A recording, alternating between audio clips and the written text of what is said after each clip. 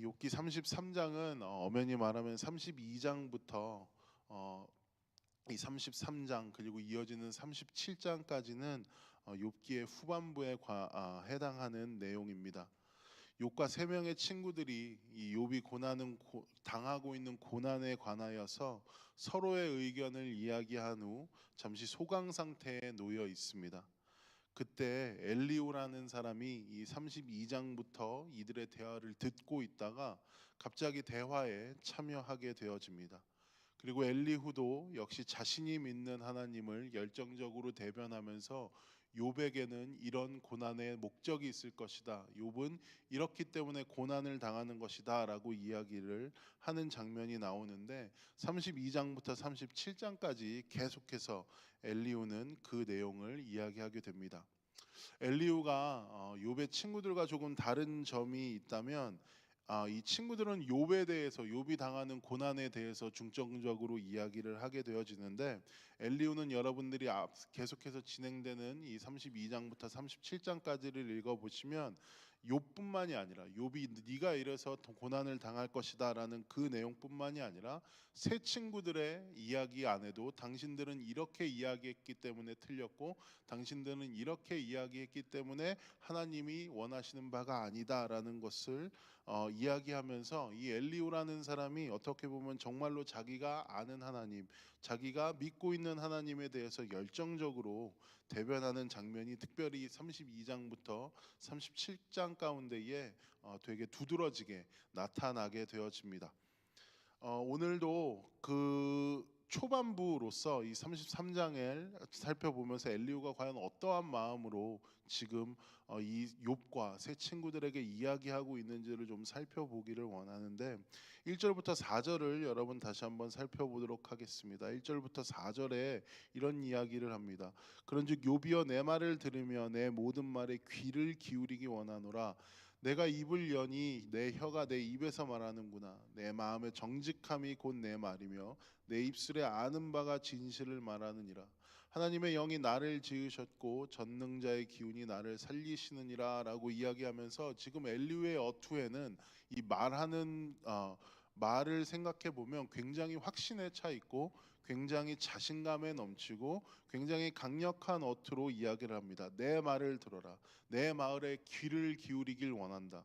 내가 입을 여니 내 혀가 입에서 말을 한다라고 이야기하면서 지금 욥에게 나는 내가 아는 것을 너에게 이야기할 것이다라고 이야기하면서 그 특유의 자신에 찬 어법 그리고 힘이 있는 말투로 이야기를 하고 있습니다. 그 힘이 있고 자신감의 그 엘리후의 말에 힘이 있는 이유 그리고 자신감에 차 있는 그 근원은 어디서 시작되는 것이냐 하면 계속해서 이어지는 3절에 나옵니다. 내 마음의 정직함이 곧 내 말이고 내 입술에 아는 바가 진실을 말한다. 그래서 그의 말은 정직함, 진실함에서 비롯된 것이기 때문에 때문이고 그리고 4절을 계속해서 살펴보시면 그 정직과 진실의 근거는 자기를 살리신 전능하신 하나님께 있음을 이야기하고 있습니다. 그래서 나는 하나님이 나에게 이러한 마음을 주셨기 때문에 나는 정직과 진실함을 비롯해서 지금 너에게 말을 한다라고 굉장히 자신감 있게 욥에게 이야기를 하고 있습니다. 그리고 5절부터 7절을 다시 한번 살펴보기 원합니다. 5절을 보면 그대가 할 수 있거든 일어서서 내게 대답하고 내 앞에 진술하라.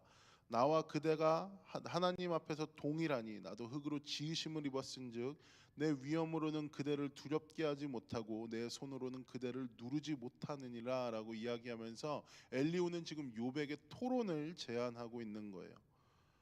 인정하고 들어가는 것은 무엇이냐 하면 자신의 말이 욥 당신을 온전히 굴복시킬 수 없다라고 이야기를 하고 있는 겁니다. 그 이유는 욥과 엘리후 모두 하나님께서 흙으로 지으신 존재이고 쉽게 이야기하면 한계를 가지고 살아가는 존재라서 너도 나도 서로 동등한 입장에서 한번 이야기를 해보자. 동등한 위치에 있기 때문에 만일 내가 하는 이야기가 틀렸다면 욥 당신도 나의 이야기를 받아칠 수 있음을 이야기해 주고 있는 겁니다.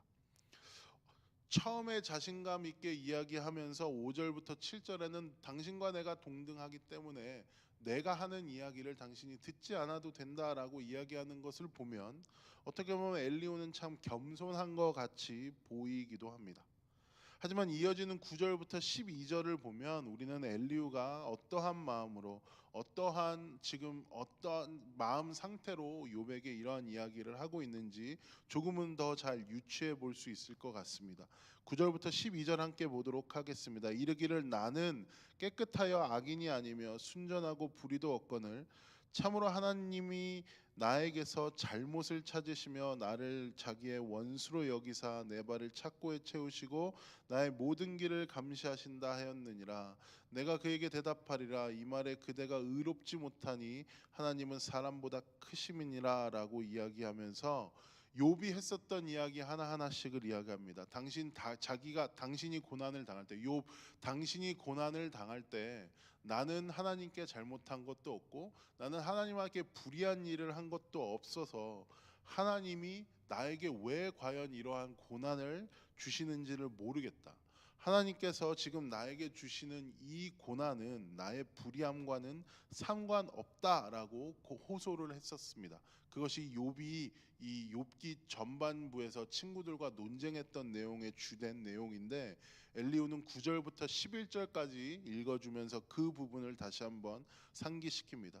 그리고 욥의 생각이 잘못됐음을 12절을 통해 알려주는데 12절에 내가 그대에게 대답하리라. 그래서 9절부터 11절까지 네가 그랬었지 욥 이렇게 하고 12절에 내가 이제 그 답변을 해줄게라고 이야기하면서 이 말에 그대가 의롭지 못하니 하나님은 사람보다 크심이니라라고 이야기하면서 당신이 이야기하는 것은 틀렸다. 즉 당신이 고난을 당하는 이유는 불이고 당신이 잘못을 했기 때문이 맞다라고 이야기합니다.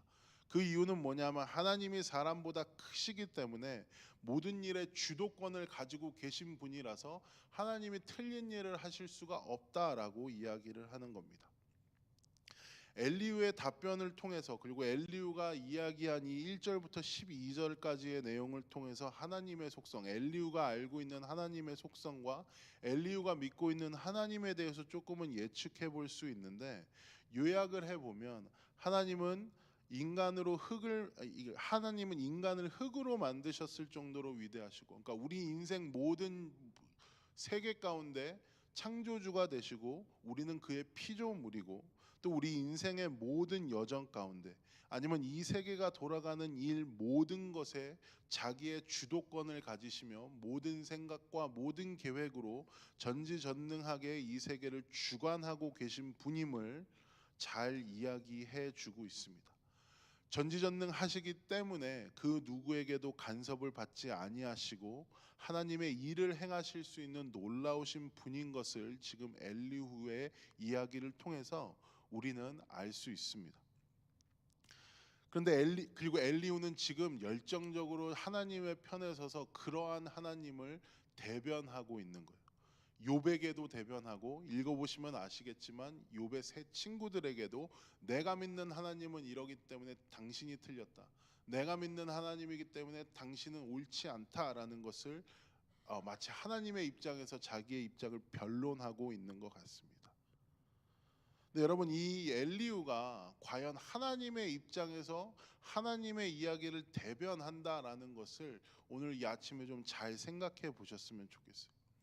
제가 이 33장부터 37장까지를 한번 읽어보면서 어떤 생각을 했었냐 하면 엘리후에게는 신앙적인 열정이 넘치는데 그 열정을 쓸 실력이 너무나도 부족하다라는 것을 발견하게 되어집니다. 그러니까 엘리후는 이 33장뿐만이 아니라 34, 35, 36, 37에서 자기가 믿는 하나님을 정말로 열정적으로 대변하고 자기가 믿는 하나님이 굉장히 위대하신 하나님이시고 전지전능하신 하나님이심을 계속해서 누누이 이야기를 합니다. 인간의 간섭이 필요 없으신 하나님이심을 계속해서 강조해서 이야기합니다. 그럼 반대로 우리가 한번 생각을 해보면 정말로 인간의 그 무엇이나 그 어떠함에도 간섭을 받지 않고 전지전능하신 하나님이 과연 지금 이 상황에서 엘리후의 변론을 필요로 하실까요? 욥과 친구들이 지금 고난에 대해서 막 이러쿵저러쿵 싸우고 있을 때에 옆에서 그것을 듣고 야 너도 틀렸고 너도 틀렸어라고 이야기하면서 마치 자신이 하나님의 마음을 대변하는 것처럼 엘리후가 이야기를 하고 있는데 그 엘리후의 마음을 즐겨 반가워하셨을까요? 아니면 엘리후의 도움이 필요하셨을까요?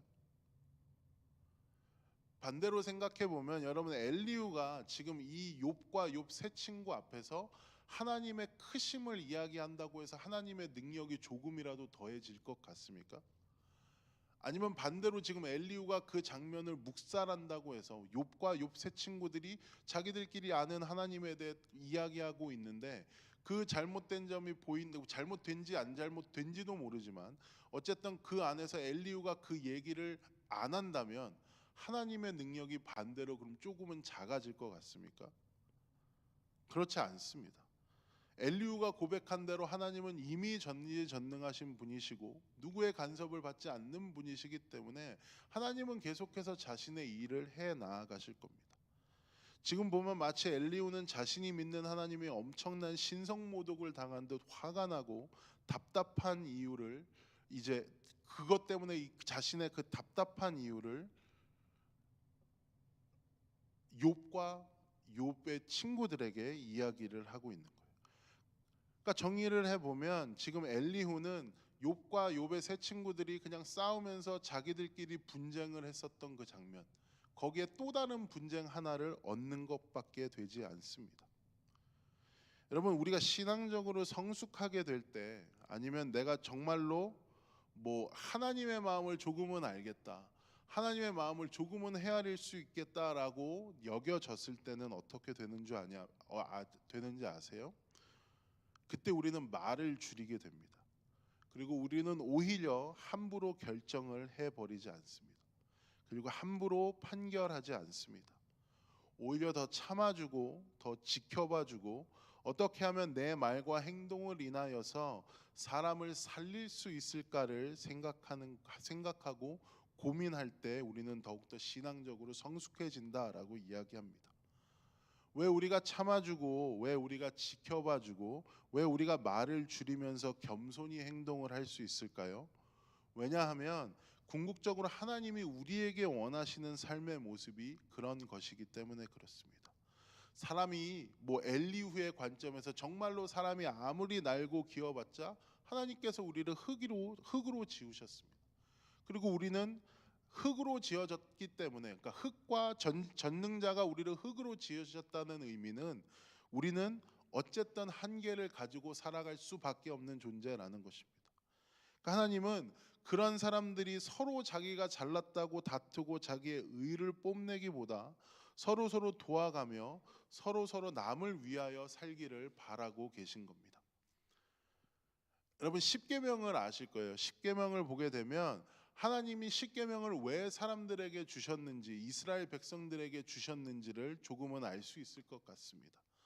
한계투성이인 사람들이 서로 좀 도와가며 남의 것을 탐내지 말고, 남에게 거짓말하지 말고, 남의 아내를 탐내지 말고, 살인하지 말고 서로 좀 보호해주고 살라고 주신 것입니다. 그리고 그 보호와 도움의 대상은 이스라엘뿐만이 아니라 자신들 주위에 있는 종들이나 외국인들 그리고 가축들까지도 포함시키는 법들이 하나님께서 이스라엘 백성들에게 주신 율법 안에는 너무나도 잘 나와 있습니다. 십계명에 하나님께서 내가 내 이름이 낮게 될 때 나를 위해서 좀 뭐 내 이름을 낮게 이야기하는 사람 위해서 가서 좀 그 사람을 정죄해라. 아니면 나서서 나를 좀 변론해 줘라. 이렇게 써 있지 않습니다. 그리고 여러분 얼마 전까지 사순절 또 고난 주간 그리고 부활절을 통해서 직접적으로 여러분 복음서를 많이 보셨을 것 같습니다. 그리고 그 안에서 예수님을 많이 묵상하셨을 것도 같아요. 예수님은 복음을 전하실 때 변론하지 않으셨습니다. 말로 정죄하고 끝내버리시면 되는데 그리고 뭐 죄 지은 자, 억울한 자 이런 사람들을 그냥 무시해 버리시고 가셨으면 될 텐데 그러지 않으셨습니다.